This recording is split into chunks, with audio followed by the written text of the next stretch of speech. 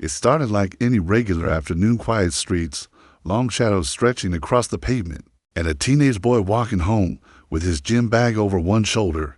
He didn't look dangerous. He didn't look lost. But someone thought he didn't. Belong. That's all it took. A single phone call. A few words spoken out of fear or maybe something deeper, and suddenly, the calm afternoon wasn't so calm anymore. Police sirens, flashing lights, hands reaching for holsters. But just when things were about to go too far, someone showed up. Someone who changed everything. So now the question is, what happens when the truth shows up and hits harder than the accusation? The neighborhood looked like the kind you see in magazines: clean sidewalks, perfect lawns, cars that cost more than some houses. Everything felt still, almost as still, like nothing bad could ever happen there. Jordan had walked through this area before. He wasn't lost, and he wasn't doing anything wrong. Just a regular 17-year-old heading home after basketball practice. Tired, earbuds in, bag over his shoulder. He knew the shortcut. It saved him 10 minutes, maybe more. But even as he walked, he could feel that strange feeling like someone was watching. And inside one of those quiet homes, someone was.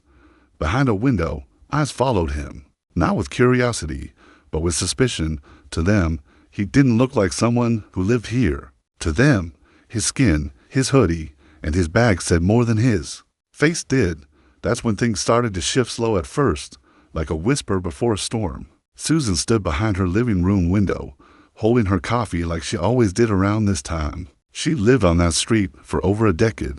She knew the neighbors, their kids, their routines. So when she saw Jordan walking alone, her thoughts didn't just stay thoughts. She noticed the bag, the hoodie, how he looked around now and then, switching songs on his phone. To her, it didn't feel normal. She told herself it was just concern, just being careful. But under that, something else pushed at her, something that made her stomach twist just enough to reach for her phone. She paused, unsure, trying to talk herself out of it. But the fear, or maybe the bias she didn't want to admit, spoke louder.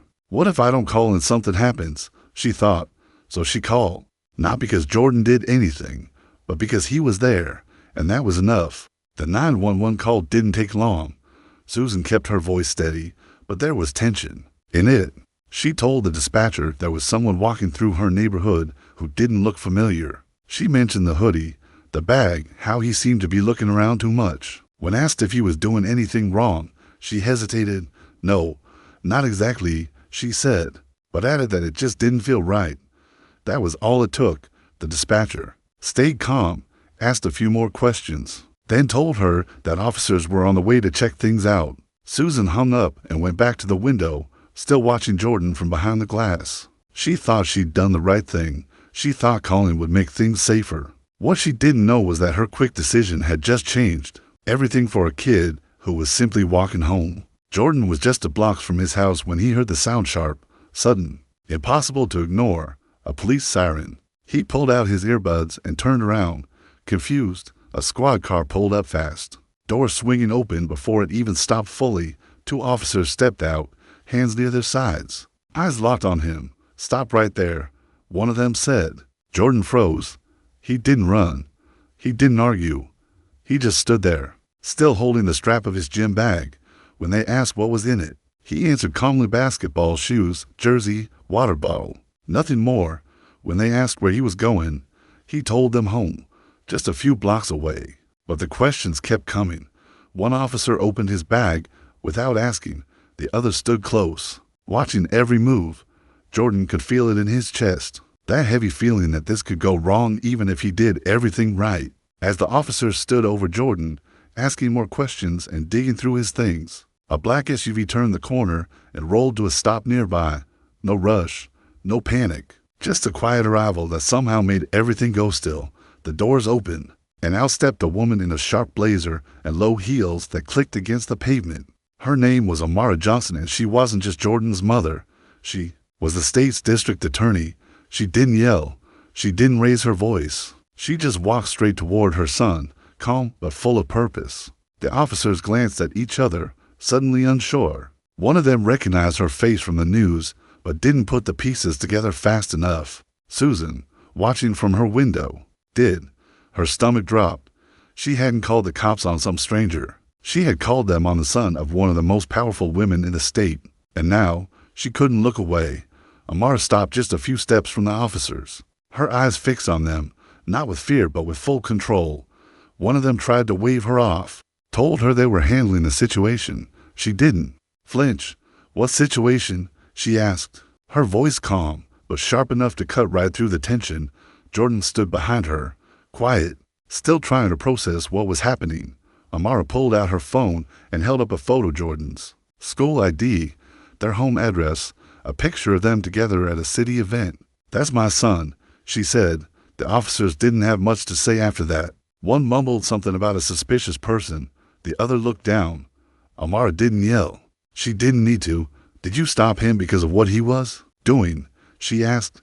"Or because of what he looks like?" And just like that, the weight of the moment pressed down on everyone around them, including Susan, who stood frozen behind her window, feeling smaller by the second. The ride home was quiet. Jordan sat in the passenger seat, staring out the window, replaying everything that had just happened. The sirens, the way they searched his bag like he was hiding something, the way no one seemed to believe him. Amara kept her eyes on the road, her hands gripping the steering wheel tighter than usual.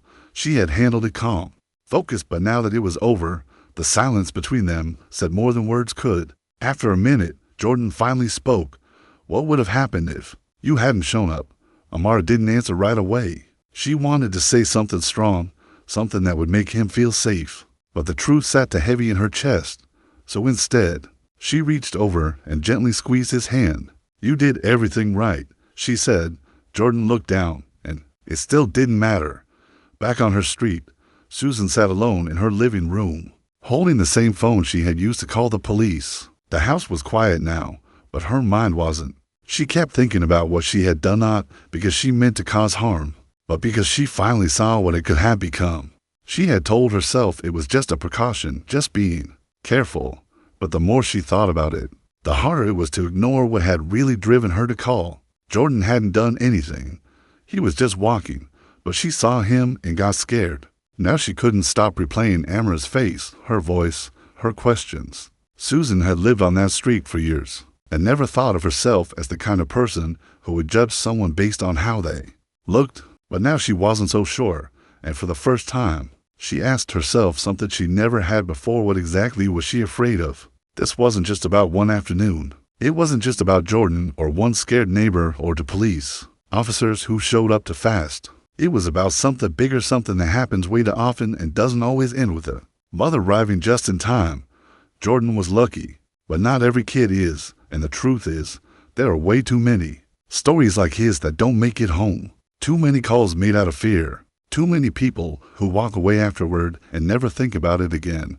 But this time, maybe someone will. Maybe someone watching will stop and ask themselves the hard questions Susan couldn't ignore anymore, because until more people start seeing the problem, it's never going to change. And the next time a call like that goes out, there might not be someone there to stop it before it's too late.